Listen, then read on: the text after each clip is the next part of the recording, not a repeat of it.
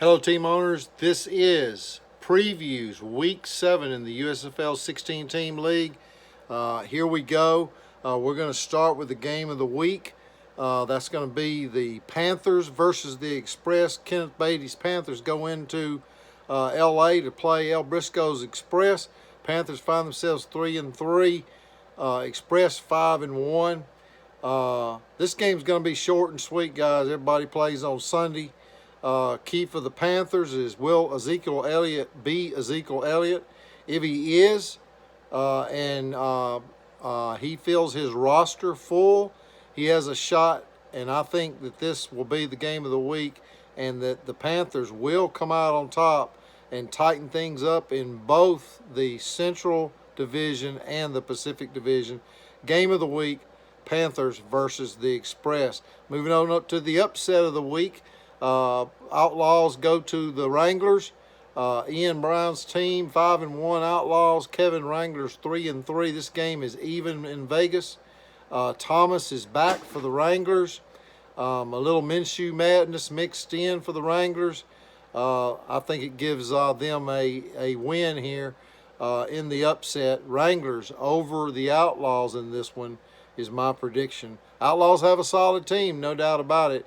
But if Thomas puts up the numbers, he's 100% puts up the numbers, and Minshew has a game like he's had in the past, albeit not consistent. That's the key for the Wranglers in this upset prediction. Moving on, Craig Christian's Breakers play Jake Showboats.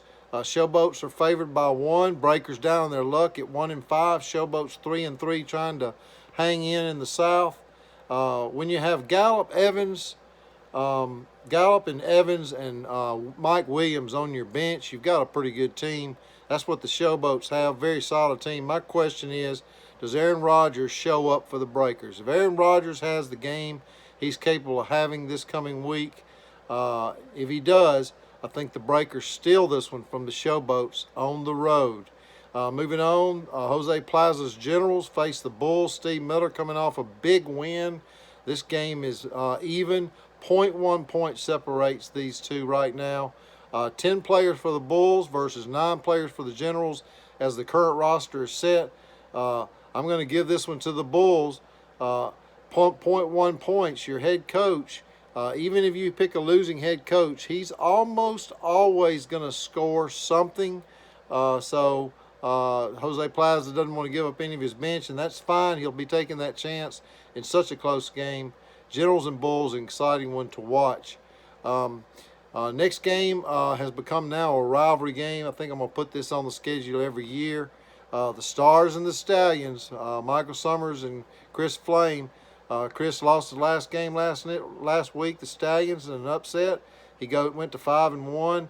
Still favored here. Actually, the Stars are favored in this game because the Stallions find themselves without a quarterback.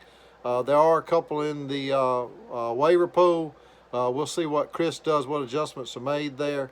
But the Stallions are beat up pretty good and are going to have a second-race quarterback for sure going into this game. I'm going to give the Stars the win in this one solely based on that. But quarterback Hebert for the Stars has to perform. So it's all on the shoulders of a rookie for Michael Summers Stars in this one. Next game, Darren Spencer's Maulers 4-2. Bandits 3-3. Almost made this my game of the week. Brian Tracy, much improved team with the Bandits, favored by 1.5 points. The Maulers face the Bandits without Lamar Jackson, their star quarterback, and has to play Baker. Just that alone tells me that the Maulers are going to lose this game. So there you go. 4-2 Maulers, 3-3 Bandits. Big, important game here. Both teams probably on the top 8 board, probably remain on the top 8 board. Great one to watch, guys. And then the next game is our dog of the week, the Gamblers and the Gold. Ron Freeman's way behind the 8 ball, 1-5. The Gamblers hope to go in 4-3 and stay in the mix in the Central. Gold is faltering. This game may be ugly. And finally, the last game, Thomas Hollick's Blitz versus Jim Cox Invaders. Vaders are also very much behind the 8 ball at 1-5. Has really worked hard this week, Jim Cox, to put together a team that might win. It's an uphill climb for them. Wentz sets the pace tonight for the Invaders. If Wentz has a really good game, the Invaders will be at least in this game going forward. It's going to come down to Monday Night Football if Wentz tonight has a good game for the Invaders. So that's it. That is previews for Week 7. Enjoy. Line them up, guys. Remember, a full roster. You know, I see some of you not playing a head coach, and that's fine.